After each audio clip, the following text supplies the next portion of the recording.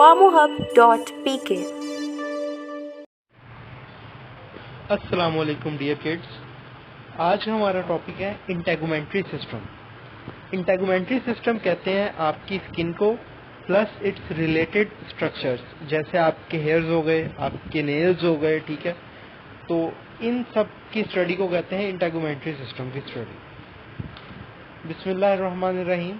एक बार सारे बच्चे दुरूद शरीफ की तिलावत फरमाएं, उसके बाद फिर हम स्टार्ट करते हैं।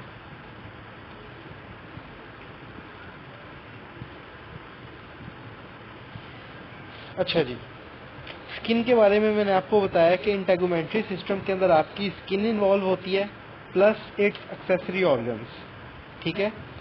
स्किन के अंदर क्या आ जाता है, स्किन जो है आपकी बच्चे ये 3 टिश्यू की लेयर से मिलके बनती है, ठीक है। सबसे जो आउटर सबसे बाहर वाली लेयर होती है वो होती है एपिडर्मिस, फिर आती है मिडल वन जिसको कहते हैं डर्मिस, और फिर आती है सबसे इनर वन जिसे कहते हैं हाइपोडर्मिस या फिर सब क्यूटेनियस लेयर। अच्छा, जो सबसे बाहर वाली लेयर होती है ना एपिडर्मिस, ये स्ट्रेटिफाइड स्क्वेमस एपिथेलियम से मिलके बनती है, ठीक है। और जो मिडल होती है डर्मिस, ये किससे मिलके बनती है, फाइब्रस कनेक्टिव टिश्यू से। और जो सबसे अंदर वाली होती है जिसको कहते हैं हाइपोडर्मिस या सबक्यूटेनियस लेयर, इसके अंदर बच्चे आपके एडिपोस टिश्यू, जो आपके फैट्स होते हैं जिसको आप कहते हैं फैट सेल्स कहते हैं, ठीक है, और लूज कनेक्टिव टिश्यू, इनसे मिलके बनती है, ठीक है। और एक्सेसरी ऑर्गन्स के अंदर क्या आता है, आपके हेयर आते हैं, ठीक है। आपका हेयर फॉलिकल आता है। हेयर फॉलिकल आप समझे वो एक गमला होता है जिसके अंदर से प्लांट बाहर निकलता है। प्लांट क्या है, हेयर, और गमला क्या है, हेयर फॉलिकल, ठीक है। फिर हेयर के साथ एक मसल अटैच होता है जिसे कहते हैं पाइलो इरेक्टर मसल या इरेक्टर पाइलाई मसल या पाइलाई इरेक्टर मसल, ठीक है। ये मसल जब कॉन्ट्रैक्ट होता है ना, तो आपके जो हेयर्स होते हैं वो उनके अंदर स्टिफनेस आ जाती है। वो आप जिसको कह लें, जिस तरह कहते हैं ना कि रोंगटे खड़े हो गए, बाल खड़े हो गए आपके, ठीक है ना, तो गूस बम्प्स जिसे आपने सुना है। तो जब ये मसल कॉन्ट्रैक्ट करते हैं ना, तो आपके हेयर स्टिफ हो जाते हैं, ठीक है। फिर आते हैं आपके ग्लैंड्स। ग्लैंड्स के अंदर आपके कुछ ऐसे ग्लैंड्स होते हैं जो स्वेट रिलीज करते हैं, उन्हें कहते हैं सूडो ऑरिफेरस ग्लैंड्स। कुछ ग्लैंड्स ऐसे होते हैं जो सीबम रिलीज करते हैं, उनको कहते हैं सिवेशियस ग्लैंड्स, ठीक है। आपके नेल्स आ जाते हैं, आपके मेमरी ग्लैंड्स आ जाते हैं। मेमरी ग्लैंड्स बच्चों ये ब्रेस्ट के ग्लैंड्स होते हैं। मेल और फीमेल दोनों के अंदर मेमरी ग्लैंड्स प्रेजेंट होते हैं। सिर्फ मेल्स के अंदर ये रिग्रेस कर जाते हैं और फीमेल्स के अंदर ये फुली डेवलप हो जाते हैं और ब्रेस्ट फॉर्मेशन करवाते हैं। तो ये सारे जो एक्सेसरी ऑर्गन्स हैं ये हम इंटेगुमेंट्री सिस्टम के अंदर पढ़ेंगे। क्लियर बच्चों, ये डायग्राम बहुत ही खूबसूरत है। यहाँ से आपको थोड़ी सी चीजें मैं अभी बताऊंगा। ये देखें, यहाँ से आपको सबसे ऊपर एपिडर्मिस लिखा नजर आ रहा है। एपिडर्मिस के अंदर क्या है, स्ट्रेटिफाइड स्क्वेमस केराटिनाइज्ड एपिथेलियम। फिर आपको डर्मिस नजर आ रहा है, सेकंड लेयर।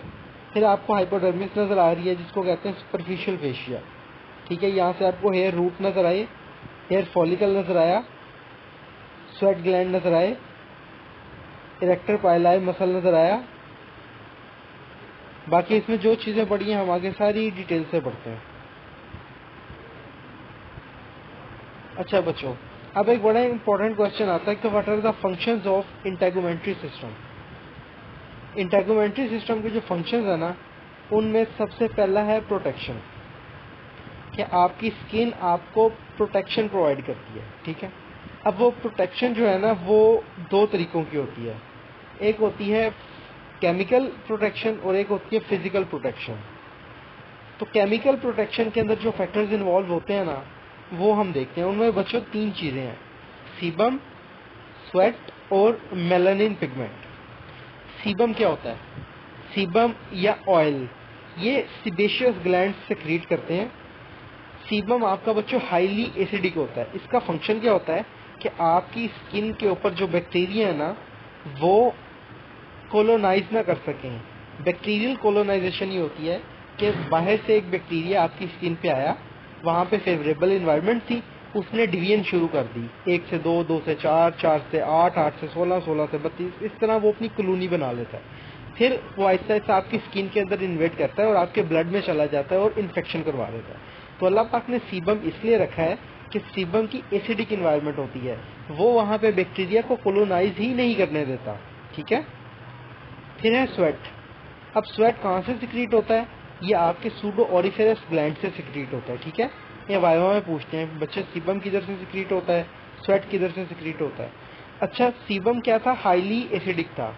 और जो स्वेट होता है ना, ये स्लाइटली हाइपरटोनिक होता है। यानी कि आपका जो कभी आप में से किसी बच्चे को अंदाजा हो, कभी इस तरह होता है कि हम पसीना गलती से टेस्ट कर लेते हैं। ठीक है।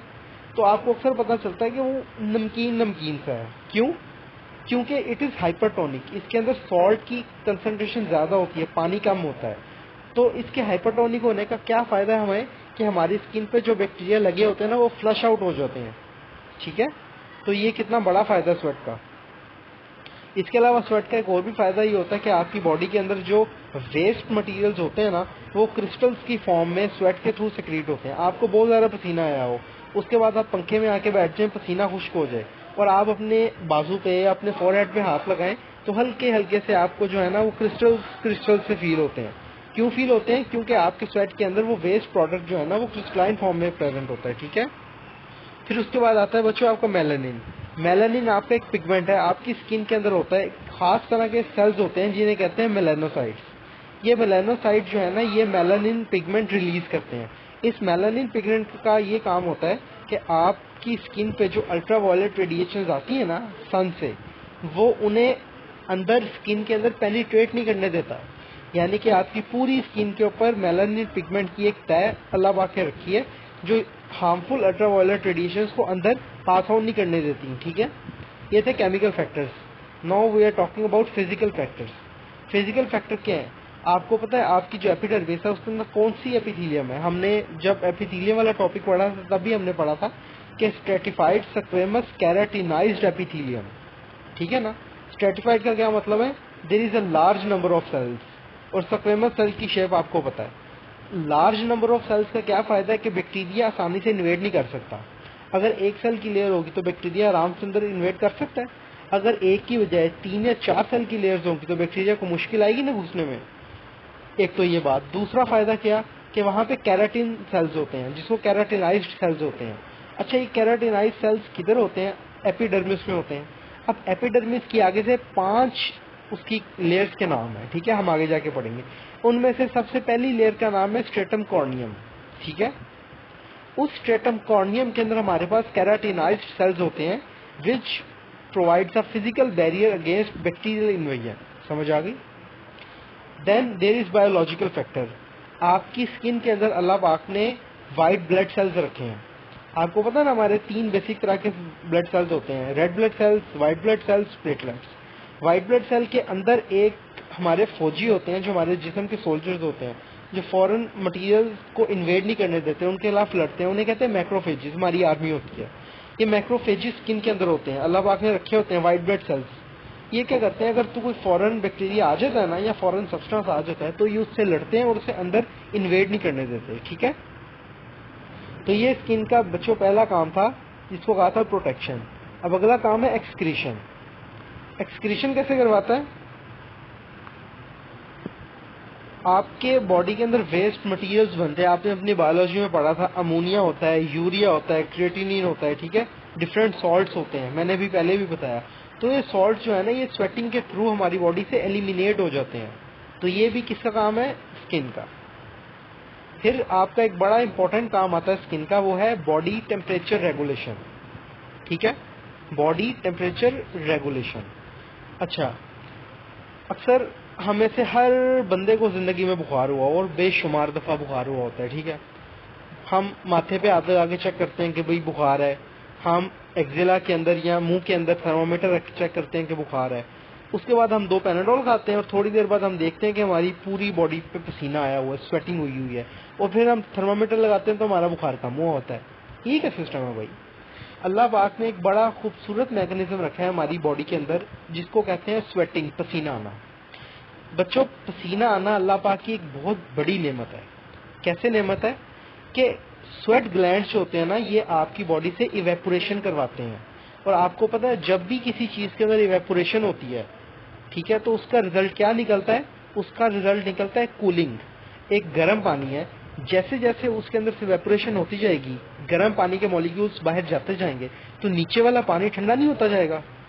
इसी तरह जब हमारी बॉडी में टेम्परेचर हो जाता है, हमें फीवर हो जाता है, पायरेक्सिया हो जाता है, हम मेडिसिन खाते हैं, उसकी वजह से क्या होता है, हमारे स्वेट ग्लैंड्स की सेक्रीशन ज्यादा हो जाती है, एक्सेसिव स्वेटिंग होती है और हमारी बॉडी हीट लॉस हो जाती है, हमारी बॉडी ठंडी हो जाती है, फीवर कम हो जाता है। ठीक है। फिर दूसरा एक पॉइंट है, वो है वेजो कंस्ट्रिक्शन। वेजो कहते हैं बच्चों वेसल्स को, ठीक है, आपकी आर्टरीज, आपकी वेन्स। कंस्ट्रिक्शन कहते हैं कंस्ट्रिक्ट होने को, तंग होने को। जिस तरह एक पाइप को मैं जोर से दबाऊं तो उसका ल्यूमेन छोटा हो जाएगा ना, इसी तरह कहता है कि जब वेजो कंस्ट्रिक्शन होती है आर्ट्रियोल्स के अंदर, स्मॉल आर्टरीज के अंदर, इन the dermis layer, it provides a smaller surface area in the blood vessels resulting in less heat loss. होता पता क्या है, सर्दियों के अंदर हमारी बॉडी ने मैक्सिमम हीट को सिक्योर करके रखना होता है ताकि बॉडी से हीट लॉस ना हो, बॉडी के अंदर हीट ज्यादा रहे ताकि हमें सर्दी कम लगे। तो क्या होता है, हमारी बॉडी के अंदर जो आर्टरीज है ना, आपको पता है वेन्स होती हैं, आर्टरीज होती हैं, आर्टरीज की मजीद छोटी ब्रांचेस को कहते हैं आर्ट्रियोल्स, वेन्स की मजीद छोटी ब्रांचेस को कहते हैं वेन्यूल्स। तो ये arteries, arterioles, veins, venules, capillaries सारी की सारी कहाँ प्रेजेंट होती हैं, एपिडर्मिस के बाद जो दूसरी लेयर होती है डर्मिस, उसके अंदर। तो होता क्या है कि सर्दियों के अंदर उन आर्ट्रियोल्स की वेजो कंस्ट्रिक्शन हो जाती है, जिसकी वजह से ब्लड कम मूव करता है वहां पे और हमारा हीट लॉस कम हो जाता है, ज्यादा हीट हम बचा के रखते हैं अपने लिए। और इसके ऑपोजिट वेजोडाइलेशन होती है गर्मियों में। वेजोडाइलेशन के अंदर क्या होता है कि आर्ट्रियोल्स का जो है ना ल्यूमन एक्सपैंड कर जाता है, खुल जाता है, ज्यादा ब्लड वहां से मूव करता है, ज्यादा इवेपोरेशन होती है, ज्यादा हीट लॉस होता है। ठीक है। तो ये 3 स्टेप हैं जिसके थ्रू बॉडी टेम्परेचर को रेगुलेट करती है वाया स्किन। फिर है जी क्यूटेनियस सेंसेशन। आपको पता है कि आपकी स्किन के अंदर बेशुमार nerves, neurons, nerve receptors present होते हैं डर्मिस लेयर के अंदर। अब इन नर्व रिसेप्टर्स का क्या काम होता है, आप किसी गर्म चीज पे हाथ लगाएं तो फौरन सोचे समझे बगैर हाथ पीछे कर लेते हैं, रिफ्लेक्स एक्शन होता है। आपके सोचने समझने से पहले ही नर्व्स आपके ब्रेन को सिग्नल देते हैं, भाई हाथ पीछे कर लो, डैमेजिंग चीज है, गर्म चीज है, हाथ जल जाएगा। और अगर आप किसी ठंडी चीज को हाथ लगाएं तो आपको लगाते साथ ही महसूस हो जाता है कि यार ये ठंडी है। तो ठंडे गर्म का, ठीक है, इसकी परसेप्शन। और अगर मैं आपके हाथ पे हल्का सा टच करूं, इसको कहते हैं फाइन टच। अब मैं आपके हाथ पे जोर से टच करूं, इसको कहते हैं जेंटल टच। और अगर आपके हाथ पे कोई जोर से हिट करे, इन तीनों में आपको फर्क पता चलता है, सर्दी गर्मी का पता चलता है, टच का, प्रेशर का पता चलता है। तो जितने भी स्टिमुलस हैं, इनको आप कैसे डिफ्रेंशिएट करते हो, इनको आप इसलिए डिफ्रेंशिएट करते हो क्योंकि अल्लाह पाक ने आपकी स्किन के अंदर नर्व रिसेप्टर्स रखे होते हैं डर्मिस लेयर के अंदर। ठीक है। फिर स्किन का आखिरी 5वां फंक्शन हमारे पास क्या है, विटामिन डी सिंथेसिस। आपकी स्किन कैसे विटामिन डी, अक्सर आपने सुना होगा कि भाई धूप में बैठो, धूप से विटामिन डी मिलता है। ठीक है। तो धूप से विटामिन डी कैसे मिलता है हम देखते हैं। Ultraviolet radiation in the sunlight activates a series of chemical reactions in the epidermis layer resulting in the synthesis of vitamin D from the modification of cholesterol for the absorption of calcium. आसान लफ्जों में सिखाता हूँ, आपकी skin के अंदर एक chemical present होता है जिसे कहते हैं कोलीकैल्सिफेरोल। ठीक है। जब सनलाइट आती है ना, यूवी रेडिएशंस आपकी स्किन पे पड़ती हैं, तो वो उस कोलीकैल्सिफेरोल को एक्टिव करवाती है और एक सीरीज ऑफ रिएक्शंस होते हैं जिनके नतीजे में हमारी बॉडी में विटामिन डी सिंथेसिस शुरू हो जाती है। ठीक है, समझ आ गई। इसलिए कहते हैं कि धूप में बैठने से विटामिन डी मिलता है। धूप में बैठने से विटामिन डी नहीं मिलता, विटामिन डी इनएक्टिव फॉर्म में आपकी स्किन के अंदर प्रेजेंट होता है।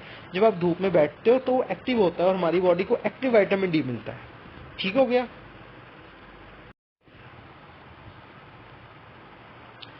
नाउ जो भी पढ़ा इसको समराइज करते हैं। ये आपसे वाइवा में पूछा जाता है कि बच्चे what are the functions of skin. ठीक है। आपसे प्रॉफ में आपका क्वेश्चन आएगा, write down the functions of skin. Functions of the skin आपको उंगलियों पे याद होने चाहिए, फिंगर टिप्स पे याद रटे होने चाहिए, नींद में भी कोई पूछे आपको याद होने चाहिए what are the functions of the skin. ठीक है। और इसकी बेसिस, इसकी वजह, इसकी रीजन पता होनी चाहिए। ठीक है ना। तो सबसे पहले क्या स्किन क्या करती है, मेंटेन्स होम्योस्टेसिस। कैसे मेंटेन करती है, इवेपोरेशन के थ्रू। फिर है prevents the body from penetration of harmful substances. कैसे प्रिवेंट करती है, अभी हम आपको ऊपर मैंने पढ़ा है, फिजिकल बैरियर्स होते हैं, केमिकल बैरियर्स होते हैं। ठीक है। प्रिवेंट वाटर लॉस, स्किन आपकी बॉडी से वाटर लॉस को नहीं होने देती, प्रिवेंट करती है। डेसिकेशन, डेसिकेशन कहता है खुश्क होने को, प्रिवेंट वाटर लॉस। अच्छा जी, हमने तो ये पढ़ा है कि स्वेटिंग होती है, ठीक है, वाटर लॉस होता है, हमारी बॉडी का टेम्परेचर ठीक होता है। तो यहाँ पे तो लिखा हुआ है प्रिवेंट वाटर लॉस। तो सरकार होता ही है कि जब आपकी बॉडी के अंदर पानी कम होता है तो आपकी बॉडी इवेपोरेशन नहीं होने देती, स्वेटिंग नहीं होने देती। याद रखना, जब भी आपको डिहाइड्रेशन होगी आपको पसीना नहीं आएगा, कुछ दिन आपको शदीद पसीना आएगा, आपकी बॉडी के अंदर से वाटर की डिप्लीशन हो जाएगी, आप पानी नहीं पियोगे, देख लेना कुछ दिन बाद पसीना आना खत्म हो जाएगा। और इस तरह का बंदा बड़ी खुशी से कहता है यार तुम लोगों को तो बड़ा पसीना आता है, मैं तो ठीक हूँ, मुझे तो पसीना आता ही नहीं है। तो उसको आपने कहना है कि अगर आपको पसीना नहीं आता तो आपके अंदर मसला है, आप पानी पिए ज्यादा, आपको डिहाइड्रेशन हुई है और ये खतरनाक सिम्टम है कि आपको पसीना नहीं आ रहा, ठीक है। फिर skin help to regulate body temperature, ये भी मैंने आपको बताया। स्किन के अंदर नर्व रिसेप्टर्स होते हैं सेंसेशंस के लिए, ये भी हमने पढ़ा है। It synthesises various chemical substances such as keratin, melanin और विटामिन डी, ये भी मैंने आपको बताया। वेस्ट मटेरियल को एक्सक्रीट करता है जैसे वाटर, अमोनिया, यूरिया, सॉल्ट, ये भी पढ़ा है। और स्किन पिगमेंट मेलानिन प्रोड्यूस करता है epidermis and to avoid excessive penetration of UV radiation, UV light से भी हमें बचाता है, ठीक है। तो ये सारे फंक्शन है। अच्छा, जब हम स्किन की लेयर्स को बारी बारी देखते हैं, सबसे पहले है जी एपिडर्मिस, सबसे बाहर वाली लेयर होती है एपिडर्मिस। अच्छा, आपको पता है सारी बातें बच्चों, आपको पता है, सिर्फ हम एक बार गो थ्रू करते हैं, कोई चीज रहना जाए। स्किन के अंदर कौन सी एपिथेलियम होती है? Stratified squamous epithelium. एपिडर्मिस के अंदर याद रखना कोई ब्लड वेसल नहीं होती, there is no blood vessel to supply nutrients to it cells, ठीक है। एपिडर्मिस के अंदर there is no blood vessel, कोई ब्लड वेसल नहीं होती कि एपिडर्मिस के सेल्स को न्यूट्रिएंट्स प्रोवाइड किए जाएं। तो एपिडर्मिस को न्यूट्रिशन कैसे मिलती है? डर्मिस से मिलती है। जो एपिडर्मिस के नीचे डर्मिस लेयर होती है ना, वहां से न्यूट्रिएंट्स डिफ्यूज करके एपिडर्मिस में जाते हैं, ठीक है, और उन्हें जो है ना न्यूट्रिएंट्स प्रोवाइड करते हैं, ब्लड प्रोवाइड करते हैं और उनसे वेस्ट मटेरियल लेके आ जाते हैं। अच्छा जी, nutrients from the arterioles in the dermis layer diffuse upward into the epidermis layer, especially to the stratum basale and spinosum layer, ठीक हो गया। अच्छा बच्चों, अब सीन ये है कि आपकी जो एपिडर्मिस है ना, उसके अंदर पांच तरह के सेल्स होते हैं, 5 लेयर्स होती हैं सेल्स की। उन 5 लेयर्स को ना हमने 2 ग्रुप्स में डिवाइड किया होता है। एक ग्रुप के अंदर 3 लेयर्स आती हैं और दूसरे ग्रुप के अंदर 2 लेयर्स आती हैं, ठीक हो गया।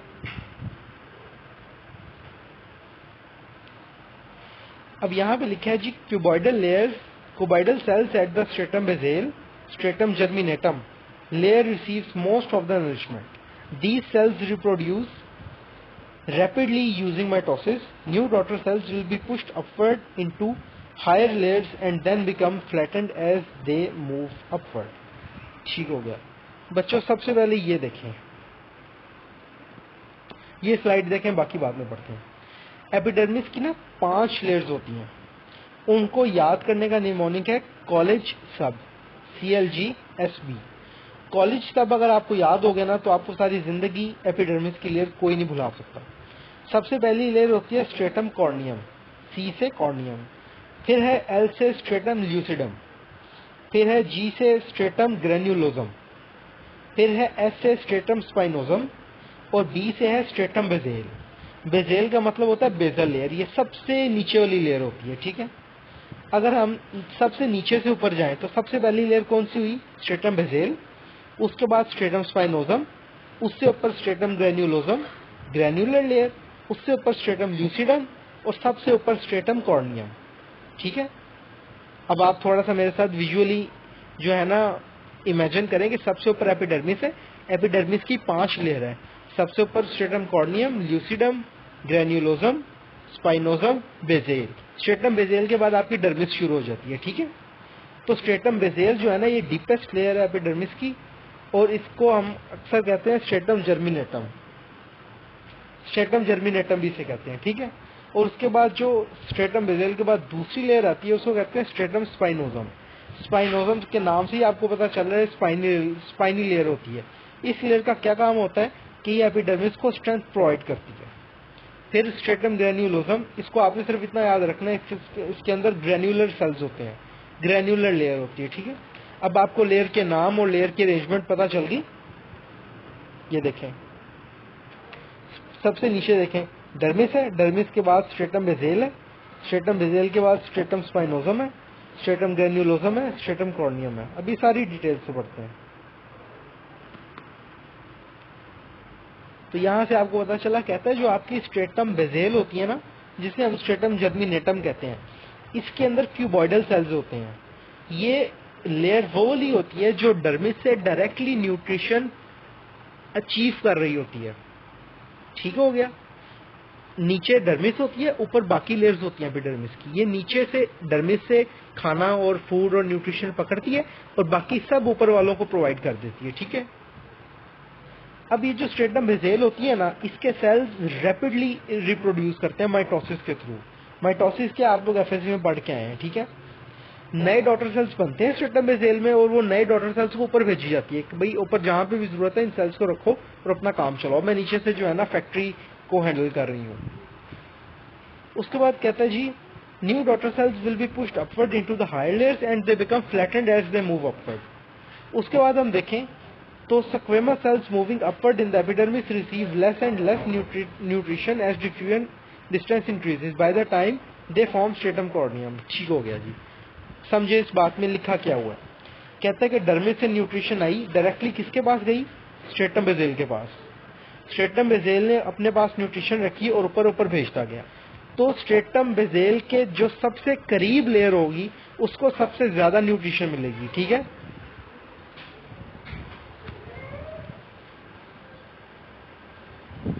और स्ट्रेटम बेसेल से जो लेयर जितना दूर जाएगी उसको उतनी कम न्यूट्रिशन मिलेगी। ठीक है। तो यानी कि स्ट्रेटम बेसेल के सबसे करीब कौन सी है, स्ट्रेटम स्पाइनोजम, उसको सबसे ज्यादा मिलेगी। और सबसे दूर कौन सी है, स्ट्रेटम कॉर्नियम। तो स्ट्रेटम कॉर्नियम तक जाते जाते डिफ्यूजन का डिस्टेंस इतना ज्यादा बढ़ जाता है कि उसको बड़ी कम न्यूट्रिशन मिलती है। इसकी वजह से वहां के जो स्ट्रेटम कॉर्नियम के सेल्स होते हैं वो डेड हो जाते हैं और शेड ऑफ होना शुरू हो जाते हैं। ठीक है। आपने अक्सर फील किया होगा जब मौसम चेंज हो रहा होता है तो अक्सर लोगों की जो हाथों पाँव की स्किन फट रही होती है, जिसे आप कहते हैं कि जब ये मौसम आता है हमारी स्किन ड्राई होती है, स्लफ ऑफ होना शुरू हो जाती है। वो बेसिकली एक नॉर्मल मैकेनिज्म है कि आपकी स्किन के सेल्स रीजनरेट कर रहे होते हैं। जो डेड सेल्स हो रहे होते हैं वो उतर रहे होते हैं और नए सेल्स आके उनकी जगह ले रहे होते हैं। ठीक है। फिर कहता है epidermal cells in stratum granulosum and stratum corneum undergo keratinization to produce a protein called keratin, allowing these cells to be tough and waterproof. These cells are now called keratinocytes, where they develop desmosomes between the cells and allow the dermis to become stronger physical barrier. ठीक हो गया जी। इसके अंदर बच्चों क्या लिखा हुआ है, इसके अंदर लिखा हुआ है कि आपकी एपिडर्मिस की सबसे ऊपर वाली जो दो लेयर्स होती है, कॉर्नियम और ल्यूसिडम और ग्रेन्युलोजम, ये तीन लेयर। ल्यूसिडम हम आगे देखते हैं कि वो किसी किसी जगह पे होती है, किसी जगह पे नहीं होती। तो बेसिकली स्ट्रेटम ग्रेन्युलोजम और स्ट्रेटम कॉर्नियम ये दोनों लेयर्स ऐसी होती हैं कि इन दोनों लेयर्स के जो एपिडर्मिस के सेल्स होते हैं ना, उनके अंदर केराटिनाइजेशन होती है। केराटिनाइजेशन एक प्रोसेस होता है जिसके थ्रू केराटिन एक प्रोटीन होती है वो बनती है।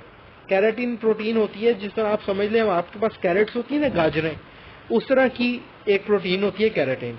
ये इन ऊपर वाली दो लेयर्स के अंदर अल्लाह पाक केराटिन को बना देते हैं। इस केराटिन का क्या फायदा होता है कि आपकी स्किन को टफ बनाती है, टफ, हार्ड और वाटरप्रूफ बनाती है, ताकि वाटर यहाँ से नीचे ना जा सके। ठीक है। अब इन दोनों लेयर्स के जो सेल्स होते हैं जिन्हें हमने पहले एपिडर्मल सेल्स कहा था, केराटिन बनने के बाद इन सेल्स को हम कहेंगे केराटिनोसाइट्स। क्यों? क्योंकि ये वही तो सेल है जिन्होंने केराटिन बनाया है। समझ आ गई? अच्छा, कहता है where they develop desmosomes between the cells and allow the epidermis to become a stronger physical barrier. ठीक हो गया। डेस्मोसोम्स बच्चे क्या होते हैं, आपको अपनी एफएससी से थोड़ा सा नॉलेज होगा। डेस्मोसोम्स कहते हैं दो सेल्स टाइटली पड़े हुए हैं, उनके दरमियान एक छोटा सा रास्ता है जिसके थ्रू न्यूट्रिएंट्स एक्सचेंज हो रहे हैं, पानी एक्सचेंज हो रहा है, फ्लूइड्स एक्सचेंज हो रहे हैं, वेस्ट मटेरियल एक्सचेंज हो रहे हैं। तो वो थोड़ा सा जो कनेक्शन है ना दो सेल्स के दरमियान, जंक्शन है, उन्हें कहते हैं डेस्मोसोम्स। ठीक हो गया। अब ये वही वाली बात जो हमने पढ़ी है कि 5 layers of cells are found in epidermis of the body, stratum basale, spinosum, granulosum, corneum। कहता है आपके पाम्स में और आपके सोल्स में, हथेलियों में और पाँव के तलवों में एक एक्स्ट्रा लेयर होती है जिसे कहते हैं स्ट्रेटम ल्यूसिडम। क्या कहते हैं? Stratum lucidum. और ये कहाँ होती है? It is present between stratum corneum and stratum granulosum. Clear? फिर कहता है कि आपकी स्किन के अंदर जो स्ट्रेटम बेसेल है एपिडर्मिस के अंदर, उस स्ट्रेटम बेसेल के अंदर कुछ तरह के स्पेशलाइज्ड सेल्स होते हैं जिन्हें कहते हैं मेलानोसाइट्स। हमने ऊपर भी पढ़ा था। ये मेलानोसाइट्स क्या करते हैं, ये एक पिगमेंट रिलीज करते हैं जिसे कहते हैं मेलानिन। ठीक है, मेलानिन पिगमेंट रिलीज करते हैं मेलानोसाइट्स, और जितने ज्यादा मेलानोसाइट्स होंगे उतने ज्यादा हमारे पास अमाउंट ऑफ मेलानिन प्रोडक्शन होगी। जो नेग्रोस होते हैं, जो ब्लैक पीपल होते हैं, उनके अंदर मेलानोसाइट्स बहुत ज्यादा होते हैं, इतने ज्यादा होते हैं, और उसके अंदर इतना ज्यादा मेलानिन पिगमेंट बन रहा होता है कि वो बेचारे ब्लैक होते हैं। और जो व्हाइट लोग होते हैं, एक्सट्रीम व्हाइट, उनके अंदर मेलानोसाइट्स नहीं होते। ना होने की वजह से मेलानिन नहीं बन रहा होता, इसकी वजह से उनकी स्किन व्हाइट होती है। और हम लोग जो गंदुमी है, हम लोगों के अंदर मॉडरेट दरमियाने मेलानोसाइट्स होते हैं, लिहाजा हम लोगों के अंदर थोड़ा थोड़ा मेलानिन बन रहा होता है और हम गंदुमे होते हैं। ठीक है, ये बच्चों पिक्चर देखे मैंने आपके लिए, बड़ी खूबसूरत पिक्चर रखी है। इसमें आपको पता चल गया कैराटिनोसाइट किसे कहते हैं, डेस्मोसोम किसे कहते हैं, सेल जंक्शंस को। ठीक है, अच्छा, स्ट्रेटम कॉर्नियम के अंदर कहता है कि cells are dead represented only by flat membranous sacs filled with keratin. समझ आ गई, यही हमने ऊपर पढ़ा था कि कॉर्नियम के अंदर डेड सेल्स होते हैं। ग्रेन्युलोजम के अंदर क्या होता है, फ्लैटेंड सेल्स नजर आ रहे हैं आपको, ऑर्गेनेलिस डिटीरियोरेटिंग, यानी कि ऑर्गेनेलिस हैं लेकिन डैमेज्ड है, क्योंकि डेड लेयर है ना ये भी। तो इसका जो साइटोप्लाज्म है उसके अंदर भी आप देख लें ग्रेन्यूल्स है, क्योंकि जब एक चीज डेड हो जाती है तो उसके जो वेस्ट मटेरियल है ग्रेन्यूल, वो भरा पड़ा होता है उसके अंदर। फिर देखें स्ट्रेटम स्पाइनोजम। स्ट्रेटम स्पाइनोजम आपको अच्छी खासी बड़ी लेयर नजर आ रही है। इसके अंदर आपको ये लैंगरहैंस सेल नजर आ रहा है। ये लैंगरहैंस सेल वही मैक्रोफेज है जो मैंने आपको शुरू में बताया था, अल्लाह पाक ने हमारी हिफाजत के लिए फौजी यहाँ पे रखा हुआ है, व्हाइट ब्लड सेल। तो इसके अंदर क्या कहता है कि sales contain thick bundles of intermediate filaments made of pre keratin. Stratum corneum और स्ट्रेटम ग्रेन्युलोजम के अंदर क्या था, कैराटिन, और स्ट्रेटम स्पाइनोजम के अंदर हमारे पास प्री कैराटिन फाइबर्स मिलेंगे या फिलामेंट मिलेंगे। ठीक है, उसके बाद स्ट्रेटम बेसेल। स्ट्रेटम बेसेल के अंदर आप देखें, कहता है cells are actively mitotic stem cells, some newly form cells become part of more superficial layer. यही मैंने आपको बताया था कि स्ट्रेटम बेसेल के अंदर क्या होता है, स्ट्रेटम बेसेल के अंदर जर्मिनेशन होती है, माइटोसिस होती है, स्टेम सेल्स होते हैं, नए सेल्स बन के ऊपर की तरफ जाते हैं। फिर नीचे डर्मिस आ जाती है। डर्मिस के अंदर आपको पता है मेलानोसाइट्स होते हैं, ठीक है, मर्गल सेल्स होते हैं, सेंसरी नर्व एंडिंग होती है, नर्व फाइबर होते हैं, नर्व रिसेप्टर्स होते हैं, सारी चीजें हमने पढ़ ली हैं। ये भी हमने लेयर ऑफ एपिडर्मिस देख ली। यहाँ से आपने याद रखना है कि 5 लेयर्स होती हैं और इनका निमोनिक जो आपको पता है कॉलेज सब, ये नहीं भूलना। Again stratum corneum, stratum granulosum, spinosum, melanocyte layer, basal layer. You can differentiate here. Stratum corneum नजर आ रहा है, स्ट्रेटम ल्यूसिडम नजर आ रहा है, स्ट्रेटम ग्रेन्युलोजम नजर आ रहा है, स्ट्रेटम स्पाइनोजम नजर आ रहा है, स्ट्रेटम बेसेल नजर आ रहा है, फिर आपको नीचे डर्मिस नजर आ रही है। क्लियर? अच्छा बच्चों, फिर आपकी अगली लेयर आती है डर्मिस। ठीक है, आपको पता है डर्मिस कौन से सेल से मिलकर बनती है, फाइब्रस कनेक्टिव टिश्यू से मिलकर बनती है। ठीक है, इसके अंदर आपके आर्ट्रियोल्स होते हैं, ये वस्कुलर लेयर होती है। एपिडर्मिस तो हमने पढ़ा था ना, नॉन वस्कुलर होती है, कोई वेसल नहीं होती, ये वस्कुलर लेयर होती है। इसके अंदर हमारे पास आर्ट्रियोल्स होते हैं छोटे छोटे से। उन आर्ट्रियोल्स का क्या काम होता है, they are required for supplying nutrients. वो ब्लड प्रोवाइड करते हैं, ऑक्सीजन प्रोवाइड करते हैं, ग्लूकोज, वाटर, आइंस, ये सारी न्यूट्रिएंट्स प्रोवाइड करते हैं डर्मिस को भी, और डिफ्यूजन के थ्रू एपिडर्मिस को भी। ठीक है, अच्छा बच्चों, डर्मिस के अंदर ना हमारे पास नर्व्स होती हैं, हेयर फॉलिकल्स होते हैं, ग्लैंड्स होते हैं, और एक बड़ी इंपॉर्टेंट चीज होती है जिसे कहते हैं पाइलो इरेक्टर मसल। बच्चे ये एक स्केलेटल मसल है। स्केलेटल मसल क्या होता है, अंडर इनवॉलंटरी कंट्रोल। ठीक है, होता ही स्केलेटल है। अब आप कहेंगे कि सर जो स्मूथ मसल होते हैं वो अंडर इनवॉलंटरी कंट्रोल होते हैं, तो ये तो स्केलेटल है, तो ये तो वॉलंटरी कंट्रोल होना चाहिए, लेकिन नहीं। कुछ स्केलेटल मसल ऐसे होते हैं कि जो कि इनवॉलंटरी होते हैं। मतलब आप अगर चाहें अपने मसल्स को इरेक्ट करना तो आप कर सकते हैं अपने मसल को। अब मैं आपको कहूँ अपने हाथ को जोर से मुक्का बनाया, आप बना सकते हैं, क्यों, ये आपके वॉलंटरी कंट्रोल में है।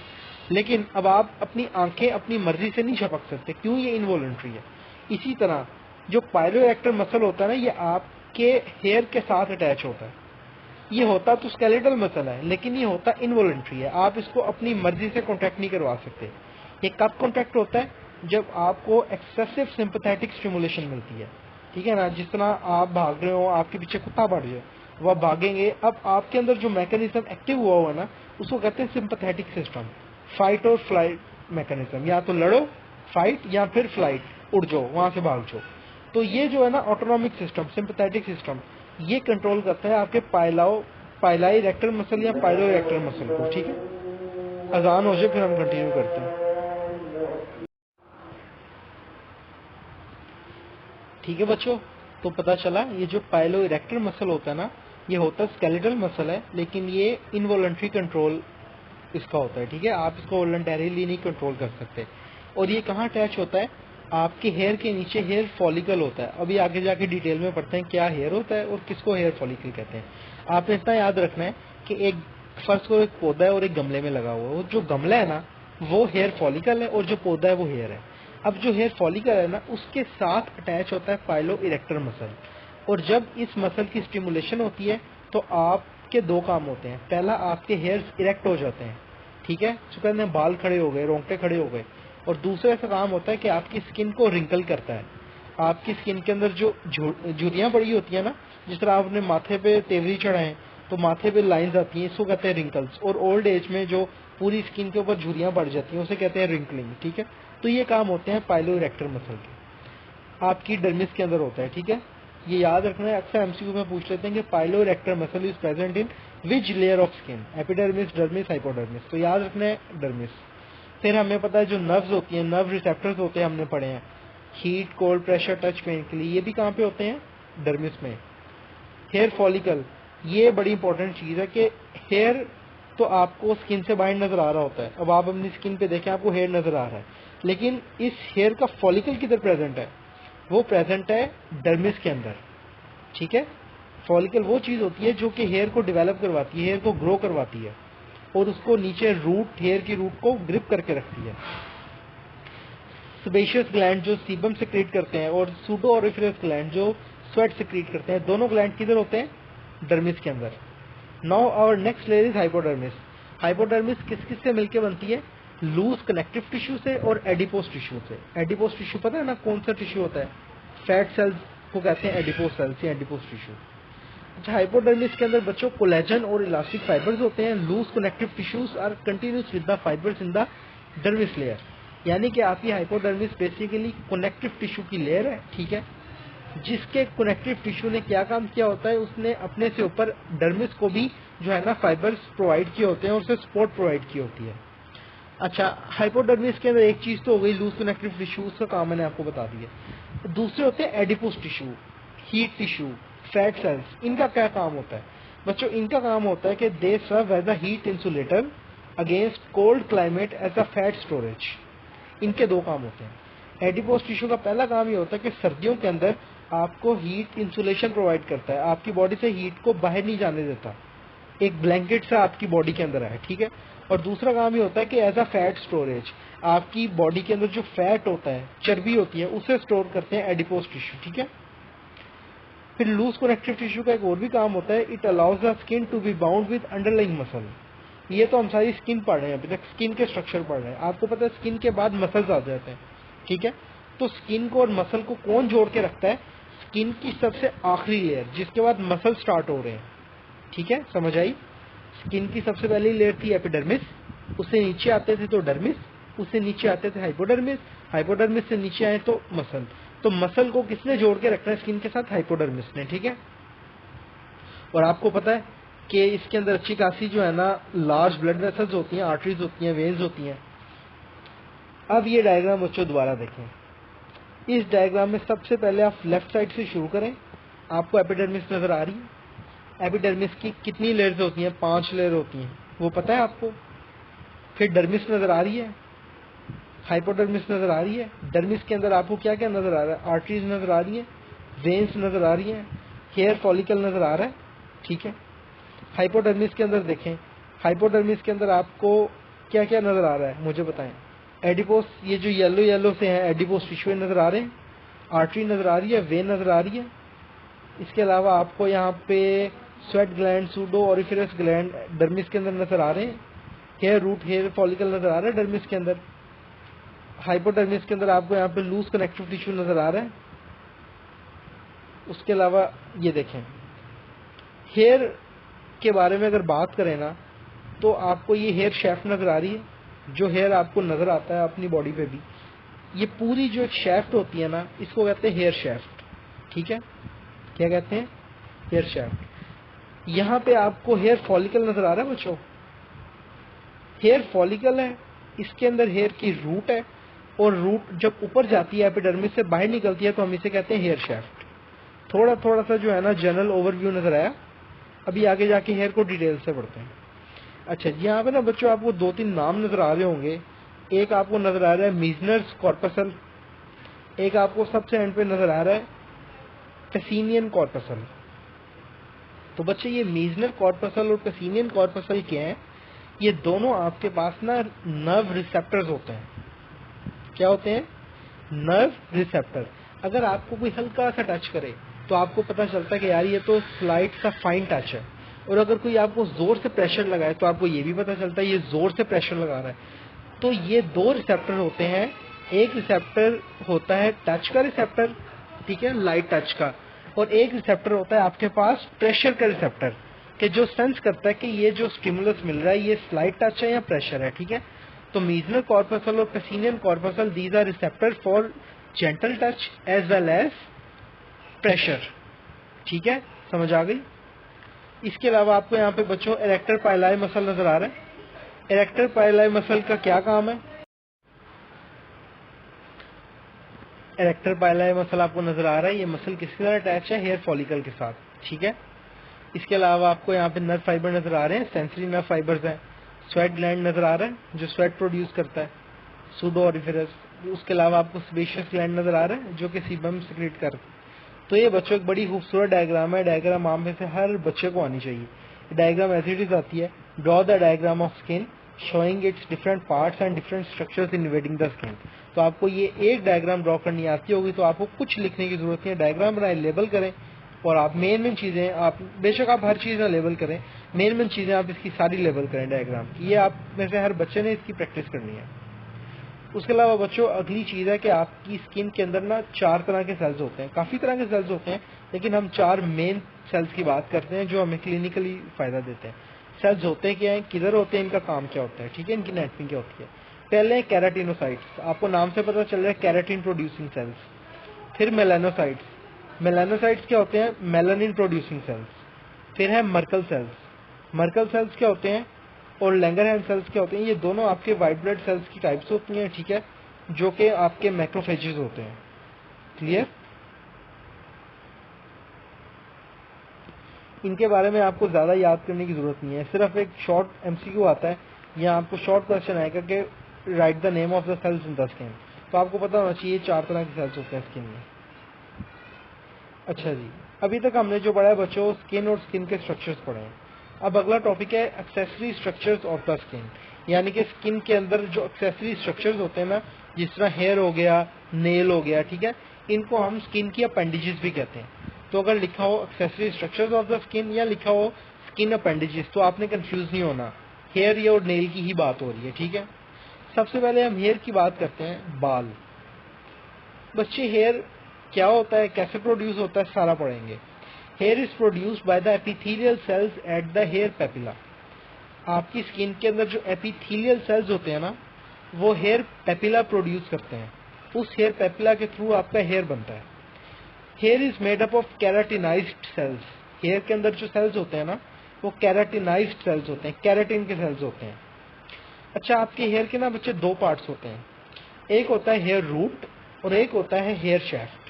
अब मैं फिर आपको वही एग्जांपल दूंगा पौधे और गमले की, कि आपने एक पौधा गमले में लगा दिया।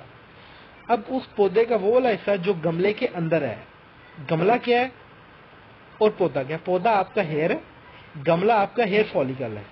तो आपके पौधे का वो हिस्सा जो गमले के अंदर है, यानी कि आपके हेयर का वो हिस्सा जो हेयर फॉलिकल के अंदर है, उसे कहते हैं हेयर रूट। क्या कहते हैं?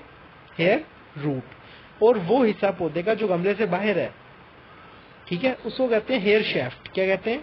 Hair shaft. अब कहता है आपके हेयर 2 रीजन्स पे कंसिस्ट करता है, पहला हेयर रूट और दूसरा हेयर शेफ्ट। हेयर रूट क्या होता है? Hair root is present inside the hair follicle embedded in the dermis layer. Clear हो गई बात? आपका जो हेयर रूट होता है वो हेयर फॉलिकल के अंदर खुबा हुआ होता है, एम्बेड हुआ होता है, और ये हेयर फॉलिकल किसके अंदर प्रेजेंट होता है? डर्मिस लेयर के अंदर। और दूसरी आपकी चीज है हेयर शैफ्ट। ये हेयर शैफ्ट जो है ना, ये प्रोट्यूड करती है through the epidermis to the outside. Protrude कहते हैं बाहर की तरफ निकलना। डर्मिस से एपिडर्मिस, एपिडर्मिस से बाहर, स्किन से बाहर निकलती है हेयर रूट, हेयर शैफ्ट। दोनों चीजों की समझ आ गई? फिर है जी हेयर पिगमेंट। आपका हेयर ब्लैक क्यों होता है? किसी ने सोचा? व्हाइट हेयर भी तो होते हैं ना, कई लोग होते हैं सर से लेके पाँव तक पूरे व्हाइट होते हैं, आगे जाके पढ़ते हैं, पूरे व्हाइट होते हैं, उनके बॉडी के सारे हेयर व्हाइट होते हैं। लेकिन हमारी बॉडी के हेयर तो ब्लैक है, किसी के गोल्डन होते हैं, किसी के ब्राउन होते हैं। तो जो ऐसा कोई ना कोई पिगमेंट होगा ना जिसकी वजह से हेयर ब्लैक है, तो उस पिगमेंट को कहते हैं मेलानिन। मेलानिन हेयर पिगमेंट होता है जो कि मेलानोसाइट्स प्रोड्यूस करते हैं इन द हेयर पेपिला। ठीक है, आपके जो हेयर की ग्रोथ होती है ना, it is affected by nutrition and hormones. जो मेल सेक्स हार्मोन है ना, जिसे कहते हैं टेस्टोस्टेरोन, वो आपकी हेयर प्रोडक्शन को ग्रोथ करता है। तो इसीलिए आपने देखा होगा कि मेल्स की बॉडी के ऊपर बहुत ज्यादा हेयर्स होते हैं एज कम्पेयर टू फीमेल्स। क्यों? उनके अंदर टेस्टोस्टेरोन लेवल बहुत हाई होता है। ये देखो बच्चों, आपको हेयर की बड़ी खूबसूरत डायग्राम्स मैंने ऐड की हैं। यहाँ से आपको नजर आ रहा है हेयर शैफ्ट, हेयर शैफ्ट नजर आ रहा है स्किन से बाहर। अब स्किन के अंदर आ जाए तो आपको इरेक्टर पाइलाई मसल नजर आ रहा है। इरेक्टर पाइलाई मसल मैंने आपको कहा था हेयर फॉलिकल के साथ अटैच है। हेयर बल्ब नजर आ रहा है आपको, हेयर फॉलिकल नजर आ रहा है, हेयर रूट नजर आ रहा है, सिबेशियस ग्लैंड नजर आ रहा है। ये जो सिबेशियस ग्लैंड होता है, इसका क्या काम होता है? इसका काम होता है सीबम प्रोड्यूस करना। और याद रखना, स्किन के बाहर जिस होल से आपका हेयर बाहर आता है ना स्किन के अंदर, उसी होल से आपका सीबम बाहर आता है। ये बात थोड़ी टेक्निकल है, इसको अंडरस्टैंड करें। अब आप स्किन के अंदर वाले स्ट्रक्चर्स को देख रहे हैं। आपको हाइपोडर्मिस नजर आई, हाइपोडर्मिस के बाद डर्मिस नजर आई, उसके बाद एपिडर्मिस नजर आई, फिर आउटर स्किन नजर आई। ठीक है, अब डर्मिस के अंदर पड़ा हुआ हेयर फॉलिकल। अब डर्मिस के अंदर हेयर फॉलिकल है, हेयर फॉलिकल के अंदर हेयर रूट है, हेयर रूट से बाहर निकल रही है हेयर शैफ्ट। अब हेयर शैफ्ट ने जिस रास्ते के थ्रू होते हुए स्किन से बाहर हेयर को निकालना है ना, उसी रास्ते के थ्रू सिबेशियस ग्लैंड ने भी अपनी सीबम प्रोडक्शन करनी है। और जब सीबम प्रोड्यूस होगा तो जिस रास्ते से हेयर बाहर आया हुआ है ना, उसी रास्ते से आपका सीबम बाहर आएगा। ठीक है, ये बात याद रखनी है। बाकी ये हेयर की माइक्रोस्कोपिक डायग्राम है, इसको एक बार पढ़ लें। हेयर रूट होता है, हेयर रूट के अंदर दो चीजें होती हैं, एक और तीन चीजें होती हैं। एक होता है क्यूटिकल, एक होता है कॉर्टेक्स, एक होता है मेडुला।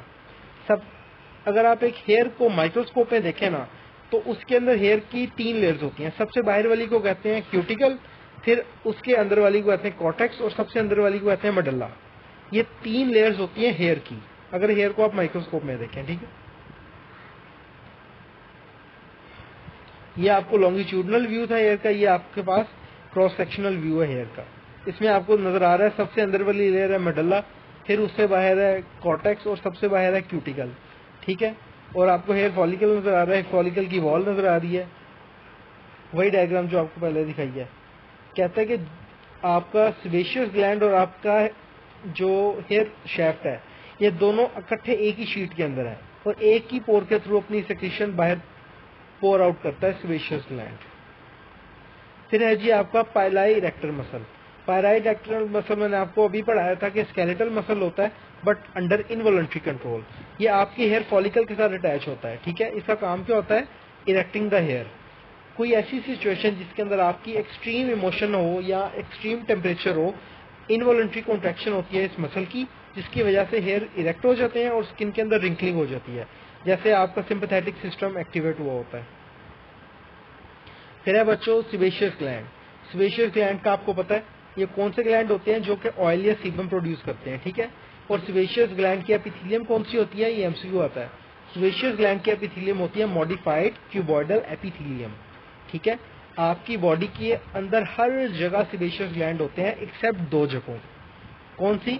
आपकी हाथों की हथेलियां, पाम्स, और आपके पाँव की जो है ना, पाँव की हथेलियां। जिस हथेली तो नहीं है उससे कहेंगे आप पाँव की, आप कह रहे हैं पाँव के नीचे वाली सरफेस, सोल जो होता है पाँव के तलवे। हाथों की हथेलियां उन्हें कहते हैं पाम, और पाँव के तलवे से कहते हैं सोल। तो पाम्स और सोल की बजाय इन दोनों की जगह हर जगह बॉडी के अंदर स्पेशियस ग्लैंड्स होते हैं। ठीक है, तो ये आपसे वाइवा में पूछते हैं और एमसीक्यू में भी आ सकता है कि sebaceous glands are present all over the body except dash. तो आपने ये दो बातें याद रखनी है कि पाम्स में और सोल में स्पेशियस ग्लैंड नहीं होते। और स्पेशियस ग्लैंड का काम क्या होता है? Oil secretion, sebum production. और इसकी एपिथेलियम कौन सी होती है? Cuboidal epithelium, modified cuboidal epithelium. Sebaceous gland is attached to each hair follicle so that sebum can be secreted into the hair root and diffuse out upward। वही बात जो भी आपको दिखाई है कि sebaceous gland अपनी जो secretion है ना वो hair follicle के साथ secrete करते हैं और वो hair root के थ्रू बाहर आती है। ठीक है। Sebum helps the skin and hair to be waterproof and retards bacterial growth on the skin surface due to its acidity। तो ये sebum का काम है, ये भी आपने याद रखना है। उसके बाद है जी sudoriferous gland. Sudoriferous gland sweat glands होते हैं, ये आपकी बॉडी में स्वेटिंग को प्रोमोट करते हैं, इवेपोरेशन करवाते हैं। ठीक है। अब जिस तरह हमने पढ़ा था कि सीबम वाले स्पेशियस ग्लैंड हर जगह होते हैं एक्सेप्ट पाम एंड सोल्स, उसी तरह सूडो ऑरिफेरस जो स्वेट ग्लैंड्स होते हैं ना, these are found all over the body except कुछ जगहों के। कहाँ नहीं होते? आपके लिप्स में, आपके होंठों में नहीं होते। ठीक है। निपल्स के अंदर प्रेजेंट नहीं होते स्वेट ग्लैंड, निपल के अंदर कभी भी स्वेटिंग नहीं होगी। एक्सटर्नल जेनिटलिया, ठीक है, मेल और फीमेल एक्सटर्नल जेनिटलिया के अंदर ये sweat gland sudoriferous gland नहीं होते। मेल के अंदर जो मेल का ऑर्गन है पीनस, ठीक है, और फीमेल्स के अंदर वेजाइना, इन दोनों जेनिटलिया के अंदर आपकी स्वेटिंग नहीं होती। क्यों नहीं होती? क्योंकि यहाँ पे अल्लाह पाक ने सूडो ऑरिफेरस ग्लैंड्स नहीं रखे। अच्छा, जो स्वेट ग्लैंड्स होते हैं ना सूडो ऑरिफेरस ग्लैंड, इसको हम कई दफा ट्यूबुलर ग्लैंड्स भी कहते हैं। क्यों? क्योंकि इसके अंदर एक लॉन्ग क्वाइल्ड ट्यूब्यूल होती है डर्मिस के अंदर। ठीक है। ये ऐसा डक्ट काम करती है। इसकी डक्ट का ये फायदा होता है कि जब स्वेटिंग होती है तो स्वेट क्या करता है, इस लॉन्ग डक्ट, इस लंबे पाइप के थ्रू डर्मिस से निकल के आपकी स्किन सरफेस पे आ जाता है थ्रू अ पोर। ठीक हो गया। आपको डायग्राम में भी दिखाता हूँ, ये देखें। इस डायग्राम के अंदर आपको डर्मिस के अंदर स्वेट ग्लैंड नजर आ रहे हैं, एक्राइन स्वेट ग्लैंड, ये देखें नजर आ रहे हैं। इस स्वेट ग्लैंड की पर्पल कलर की डक्ट है। ये डक्ट क्या करती है, इस पोर के थ्रू डक्ट बाहर निकलती है। ये आपको डक्ट नजर आ रही है, मेरे पास पॉइंटर नहीं वरना मैं आपको बताता हूँ। ये देखें, ये जिगजैग सी डक्ट नजर आ रही है। ये कौन सी डक्ट है? ये आपके एक स्वेट ग्लैंड की डक्ट है जो कि पोर के थ्रू स्किन से बाहर निकलती है और अपना जो सिक्रीशन है जिसको आप स्वेटिंग कहते हो, पसीना, वो स्किन पे सिक्रीट करती है। देखें, ये भी आपको नजर आ रही है डक्ट। ठीक है, क्लियर नाउ?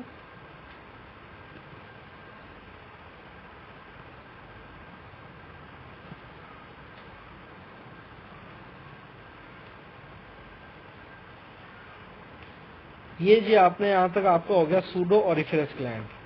अब आपकी स्किन की जो अगली अपेंडिक्स है उसे कहते हैं नेल। अभी तक हमने क्या पढ़ा है? एक हमने पढ़ा कि स्किन के जो अपेंडिक्स है या स्किन की जो अपेंडिजेस है उनमें सबसे पहली एक चीज है हेयर। हेयर हमने पढ़ लिया। अब आगे है नेल। बच्चों, नेल की बात करें तो नेल क्या है? एक आपके पास स्केल लाइक मॉडिफिकेशन है एपिथेलियल सेल्स की। ठीक है, हमने हेयर के बारे में पढ़ा था ना, it is made up of epithelial cell. उसी तरह जो नेल्स होते हैं ना, ये भी आपके एपिथेलियल सेल्स ही बनाते हैं। जिस तरह हेयर्स के अंदर कैरेटिन होती है, उसी तरह आपकी नेल्स के अंदर भी कैरेटिन होती है।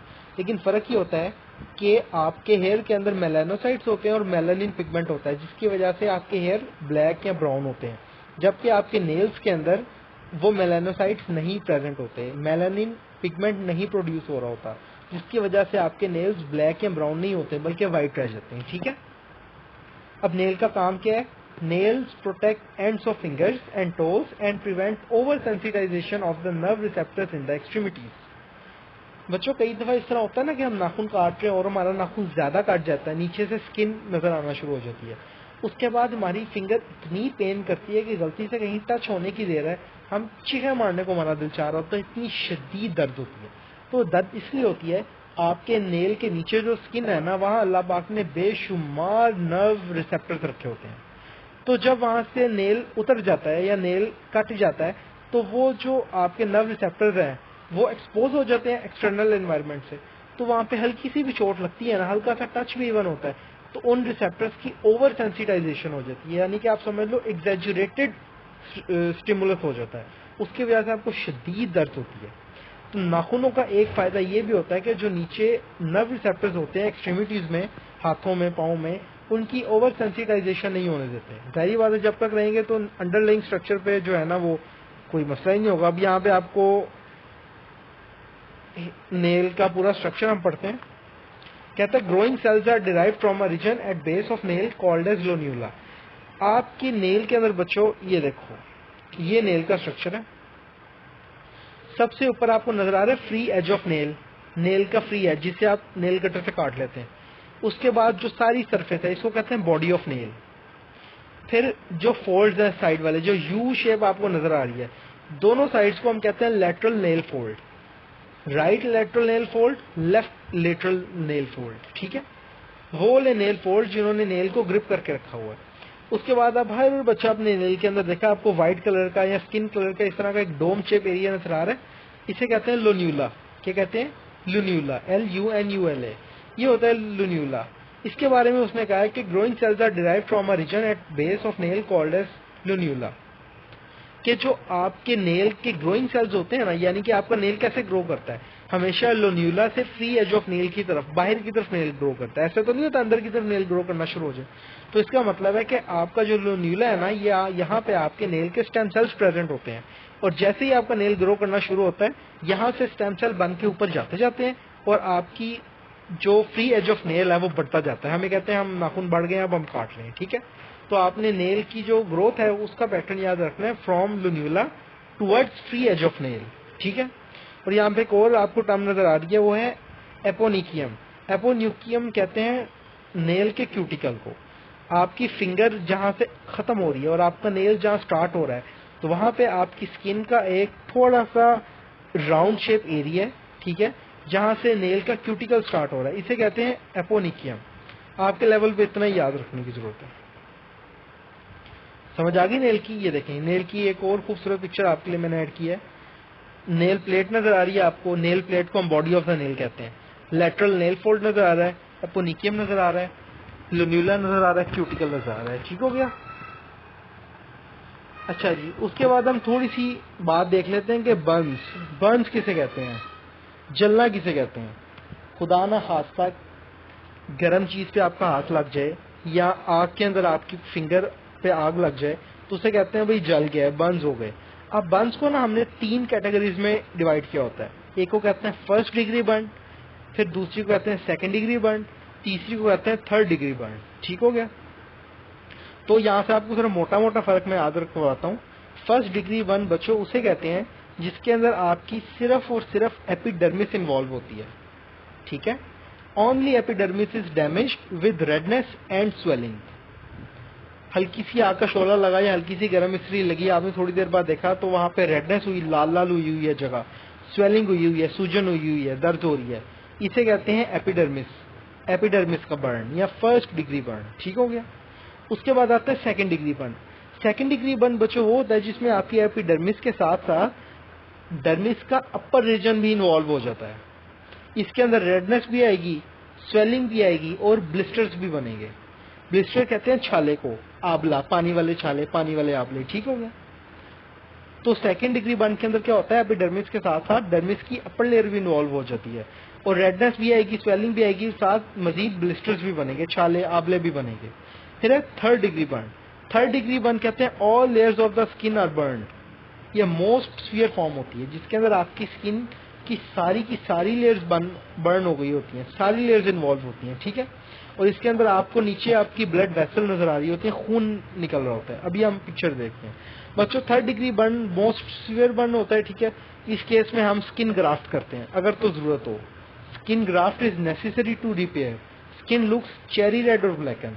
जाहिर बात है जब स्किन की सारी लेयर्स जल गई तो नीचे से आपका मसल नजर आना शुरू हो गया, मसल के अंदर ब्लड वेसल्स हैं, खून निकलना शुरू हो गया।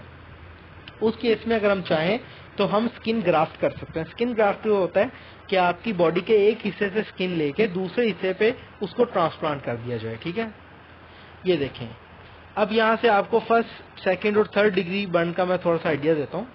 यहाँ से आपको नजर आ रही है लेफ्ट साइड पे देखें एपिडर्मिस है, फिर नीचे डर्मिस है, फिर हाइपोडर्मिस और मसल है। तो बच्चों फर्स्ट डिग्री बर्न के अंदर क्या होता है, सिर्फ आपकी एपिडर्मिस इन्वॉल्व होती है, रेडनेस और स्वेलिंग होती है, ठीक। सेकंड डिग्री बर्न होती है सुपरफिशियल डिग्री बर्न। इसके अंदर आपकी एपिडर्मिस तो इन्वॉल्व होती है इसके साथ साथ डर्मिस की अपर लेयर भी इन्वॉल्व होती है और ब्लिस्टर्स बन जाते हैं, ठीक है। थर्ड डिग्री बर्न के अंदर, बल्कि सेकेंड डिग्री बर्न की एक और टाइप होती है जिसे कहते हैं डीप डिग्री बर्न। अभी हमने क्या पढ़ा सेकेंड डिग्री बर्न के अंदर कि एपिडर्मिस इन्वॉल्व होगी और साथ साथ डर्मिस की अपर लेयर भी इन्वॉल्व होगी। अगर तो डर्मिस की लोअर लेयर भी इन्वॉल्व हो जाती है तो उसको हम कहेंगे सेकेंड डिग्री बर्न नहीं, लेकिन वो डीप सरफेस बर्न होगा, ठीक हो गया। जब तक डर्मिस तक बात रहेगी वो सेकेंड डिग्री बर्न ही रहेगा। उसके बाद थर्ड डिग्री बर्न के अंदर देखें, थर्ड डिग्री बर्न के अंदर क्या होता है, एपिडर्मिस भी गई, डर्मिस भी गई, हाइपोडर्मिस तक बात चली गई है। तो जब हाइपोडर्मिस तक बात चली गई है, तीसरी लेयर तक बात चली गई है, तो इसे कहेंगे थर्ड डिग्री बर्न। इसके आगे फोर्थ डिग्री बर्न भी होता है, फिफ्थ डिग्री बर्न भी होता है, लेकिन आपने वो चीजें नहीं याद करनी, सिर्फ इतना याद रखना है। फर्स्ट डिग्री बर्न का मतलब है एपिडर्मिस इन्वॉल्व है। सेकंड डिग्री बर्न दो तरह के होते हैं, superficial burn, deep burn. Superficial के अंदर डर्मिस की अपर लेयर इन्वॉल्व होती है और डीप बर्न के अंदर डर्मिस की लोअर लेयर भी इन्वॉल्व होती है। और थर्ड डिग्री बर्न के अंदर आपने कहना है कि आपकी हाइपोडर्मिस भी इन्वॉल्व होती है, ठीक है। ये देखें जी, एक और स्लाइड मैंने आपके लिए ऐड की है। फर्स्ट डिग्री बर्न के अंदर आपको सिर्फ रेडनेस और स्वेलिंग नजर आ रही है। सेकंड डिग्री बर्न के अंदर आप देखें आपको ब्लिस्टर्स भी नजर आ रहे हैं। थर्ड डिग्री बर्न के अंदर रेडनेस भी ज्यादा हो गई है, ब्लिस्टर भी ज्यादा हो गए हैं। और फोर्थ डिग्री बर्न के अंदर सुराख ही पूरा बन गया है, नीचे से ब्लैक ब्लैक आपका मसल नजर आना शुरू हो गया, खून निकलना शुरू हो गया, ठीक है। अच्छा बच्चों, ये एक इम्पोर्टेंट बात है कि खुदा ना खास्ता आप लोगों के घरों में, जाहिर बात है आप डॉक्टर्स बन रहे हैं और एक लेमैन ये एक्सपेक्ट करेगा कि आपको मेडिकल बातों का पता होना चाहिए, होम रेमेडीज का पता होना चाहिए। तो एक बात बच्चों याद रखना, सारी जिंदगी खुदा ना खास्ता आपको या आपके किसी रिश्तेदार को, किसी अजीज प्यारे को कभी बर्न हो जाए, कभी जल जाए, तो फौरन उसके ऊपर कौन से काम करने हैं और कौन से काम नहीं करने, आपने फौरन उसे पानी के नीचे रख देना है, ठीक है। फौरन पानी के नीचे रख देना है। दूसरा आपने क्या काम करना है कि घर में ना एलोवेरा होता है जिसे उर्दू में कहते हैं कवाल कंदक, एलोवेरा उसके ऊपर लगा देना है। तीसरा काम ये करना है कि अगर ज्यादा बर्न है तो आपने उसको, जिस तरह थर्ड या फोर्थ डिग्री बर्न हो गया, तो आपने फौरन उसको बैंडेज करना है और उसको आपने पेन किलर देनी है। ये तब तक काम है कि जब तक आप हॉस्पिटल नहीं पहुंचे। अभी हॉस्पिटल जा रहे हैं, रास्ते में आपने ये काम कर लेना है, ठीक है। और क्या काम नहीं करने हैं, जो कि बहुत कसरत से हमारे घरों में होते हैं, उसका बड़ा नुकसान है। कभी भी जले हुए के ऊपर आपने कोई ऑयल नहीं लगाना, सरसों का तेल, जैतून का तेल, कभी कोई ऑयल नहीं डालना। कभी अंडा नहीं रखना उसके ऊपर, अंडा कच्चा तोड़ के उसके ऊपर नहीं डालना, ठीक है। जो पानी के छाले, पानी के आबले बनते हैं उसको फाड़ना नहीं है, इन्फेक्शन हो जाती है बहुत बुरी, बंदा मर सकता है। कभी बर्फ नहीं रखनी जले के ऊपर, पानी डालना है, पानी के नीचे हाथ रखना है, लेकिन बर्फ नहीं रखनी है, ठीक है। उसके बाद बच्चों थोड़ा सा क्लिनिकल देख लेते हैं कि स्किन कैंसर्स। आपकी स्किन के अंदर जो है ना कई तरह के कैंसर्स हो सकते हैं। आपको पता है आपकी स्किन के ऊपर अल्लाह पाक ने ऐसे फिजिकल बैरियर्स प्रोवाइड किए होते हैं कि जो अल्ट्रावायलेट रेडिएशन को, हार्मफुल रेडिएशन को स्किन के अंदर नहीं जाने देते। जब ये हार्मफुल रेडिएशन स्किन के अंदर चली जाती हैं तो वहाँ पे ट्यूमर बनाना शुरू कर देती हैं। ट्यूमर्स दो तरह के होते हैं, एक होते हैं बिनाइन, एक होते हैं मेलिग्नेंट। बिनाइन ट्यूमर या बिनाइन कैंसर वो वाले होते हैं जो एक ही जगह पे पड़े रहते हैं, फैलते नहीं है। उसको आप वहां से सर्जिकली एक्साइज करते हैं तो कैंसर नहीं फैलता। दूसरे होते हैं मेलिग्नेंट। मेलिग्नेंट का मतलब होता है जो मेटास्टाइज कर जाते हैं, यानी कि जो फैल जाते हैं पूरी बॉडी में। एक जगह कैंसर डेवलप हुआ, फैल के पूरी बॉडी में चला गया। तो स्किन के जो ट्यूमर्स होते हैं ना ज्यादातर बिनाइन होते हैं, एक ही जगह पे होते हैं, ठीक है ना। और ये ज्यादातर क्यों होते हैं कि जब आपकी सनलाइट के अंदर जो अल्ट्रावायलेट रेडिएशन होती है ना, जब उसका ज्यादा एक्सपोजर होता है, ठीक है, आपकी स्किन के ऊपर ज्यादा रेडिएशन, ज्यादा स्किन लाइट पड़ती है, तो आपको स्किन कैंसर होने के चांसेस ज्यादा होते हैं। या फिर आपकी बॉडी के ऊपर जो सीबम की लेयर अल्लाह पाक ने रखी हुई है वो डैमेज हो जाए, तो अब तो कोई चीज नहीं है ना जो यूवी लाइट को अंदर जाने से रोके। क्या होगा, Aahista Aahista skin cancer develop होना शुरू हो जाएगा। बच्चों स्किन के कैंसर तीन मेन तरह के होते हैं, आपने इनके सिर्फ नाम याद करने हैं। एक होता है बेजल सेल कार्सिनोमा, एक होता है स्क्वेमस सेल कार्सिनोमा, एक होता है मेलिग्नेंट मेलानोमा, ठीक। तो जो बेजल सेल कार्सिनोमा है ना, ये most common type of skin tumour है, होता बिनाइन ही है, सारे बिनाइन ही है, ठीक है। Basal cell carcinoma it is most common type of skin tumour. ये कहाँ पे होता है, इससे कौन से सेल इफेक्ट होते हैं। बेजल सेल कार्सिनोमा है ना, तो इसका मतलब है स्ट्रेटम बेजेल, स्ट्रेटम बेजेल के सेल सबसे ज्यादा इफेक्ट होंगे। As a result they can not form keratin and begin to invade into the dermis. Stratum basale के जो सेल हैं वो अफेक्ट होंगे, कैराटिन नहीं बनाएंगे। और जो कैंसर है बेजल सेल कार्सिनोमा, ये आपकी नीचे वाली जो लेयर है डर्मिस, उसमें इन्वेड करना शुरू कर देगा। अब बेसल सेल कार्सिनोमा का ट्रीटमेंट क्या होता है कि हम इसको सर्जिकली रिमूव कर देते हैं।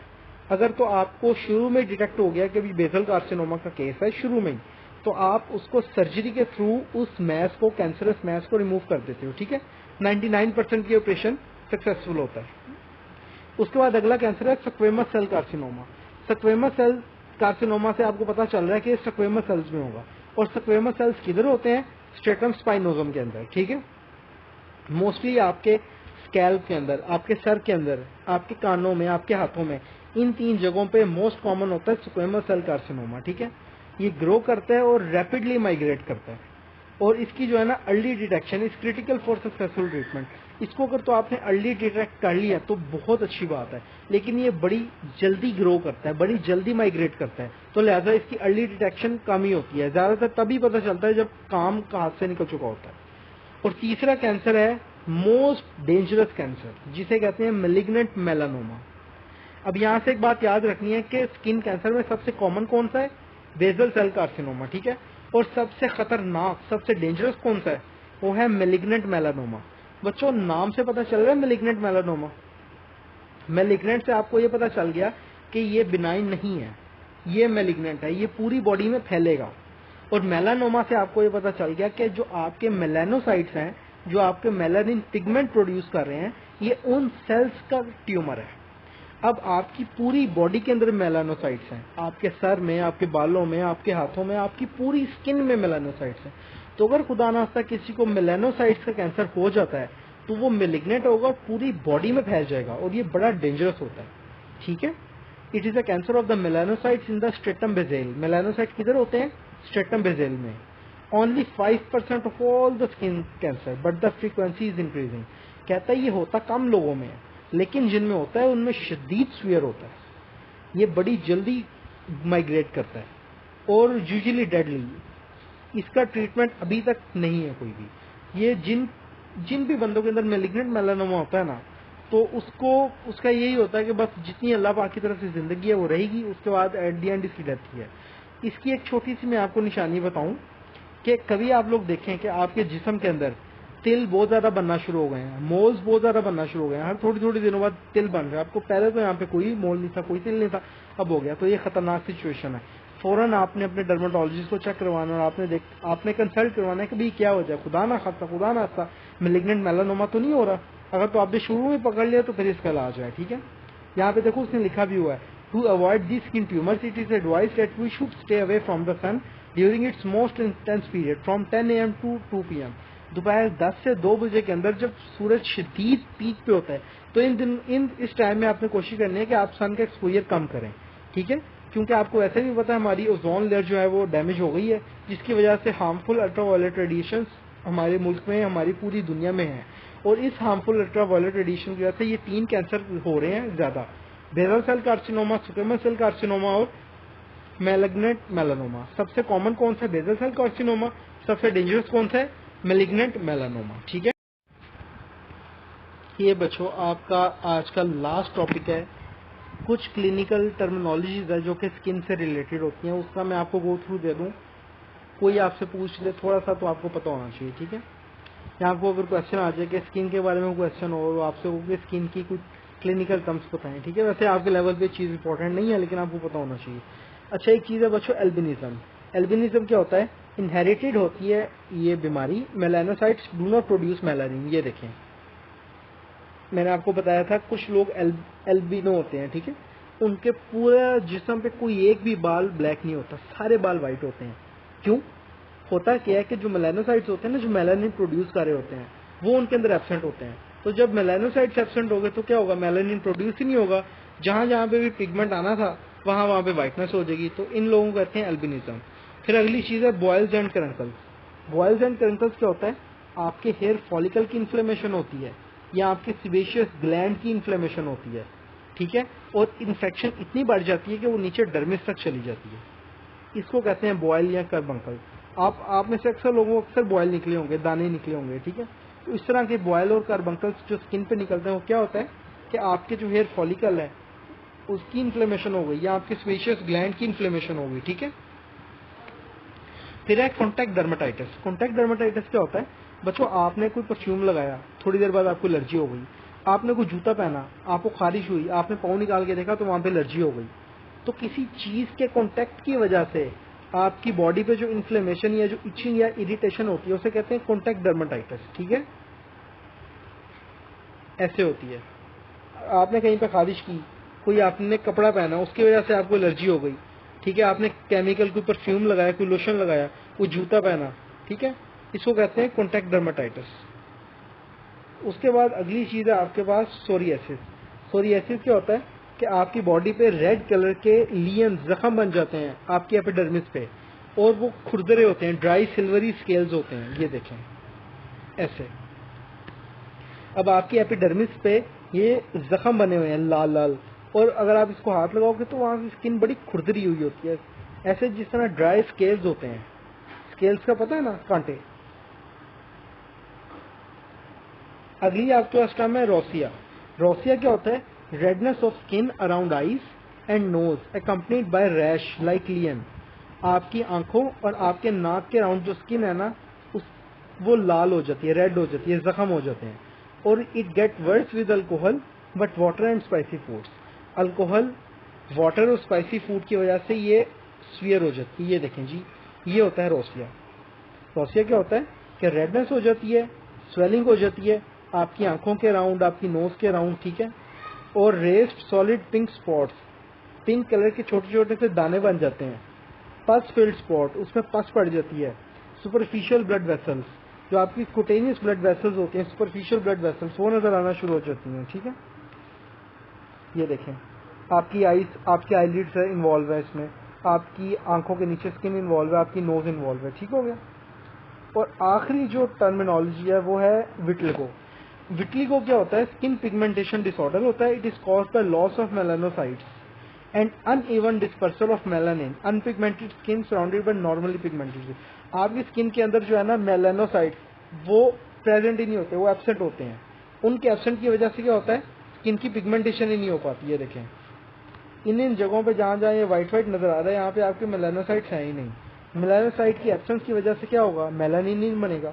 बाकी जगहों पे मेलानिन बन रहा है, मेलानोसाइट्स हैं, लेकिन थोड़ी थोड़ी जगहों पे नहीं होगा। ये देखें, मुंह पे, हाथ पे, कोनी पे, कमर पे। ठीक है, तो इसको कहते हैं विटिलिगो। ये बच्चों आपका आज का टॉपिक था। इसमें कोई आपको इशू है, you are always welcome to ask. अल्लाह हाफिज। For any queries, join us on our social media sites.